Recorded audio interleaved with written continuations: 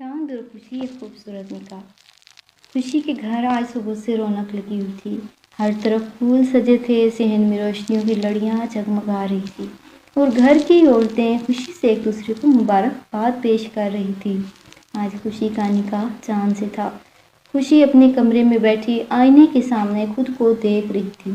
इसके चेहरे पर शर्मीली सी मुस्कुराहट थी और आंखों में बेशुमार ख्वाब। इसकी अम्मी ने कमरे में आकर इसके सर पे हाथ रखा और कहा, बेटी, आज तुम हमारे घर से दुआ बनकर किसी और के घर जा रही हो। अल्लाह तुम्हारी ज़िंदगी हमेशा खुशियों से भर दे। खुशी ने अपनी अम्मी को गले लगाया। दूसरी तरफ चांद भी अपने घर वालों के साथ बैठा निकाह का इंतज़ार कर रहा था। वो बार बार अपनी घड़ी देखता और मुस्कुरा देता। इसके दोस्त ने शरारत से पूछा, इतनी जल्दी किस बात की है? चांद हंस कर बोला, आज जिसका इंतज़ार था वो दिन आखिर आ ही गया। कुछ देर बाद निकाह ख्वाह ने निकाह शुरू किया। चांद से पूछा गया, क्या आपको खुशी बिनते अहमद का निकाह कबूल है?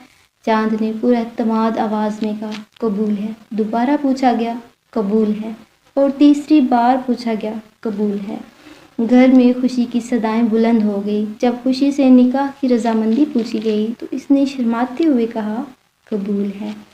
इसकी आंखों में खुशी के आंसू आ गए। निकाह मुकम्मल हुआ। दोनों खानदानों ने एक दूसरे को मुबारकबाद दी। शाम को जब चांद और खुशी पहली बार सुकून से एक दूसरे को सामने बैठे तो चांद ने मुस्कुरा कर कहा, खुशी, तुम्हें मालूम है तुम्हारा नाम तुम्हारी शख्सियत से कितना मिलता है? खुशी ने हैरत से पूछा, कैसे? चांद ने कहा, क्योंकि तुम वाकई ही मेरी ज़िंदगी में खुशी बनकर आई हो। खुशी शर्मा कर मुस्कुरा दी, फिर आहिस्ता से बोली, और आप मेरे लिए वो दुआ हैं जिसका मुझे जवाब मिल गया।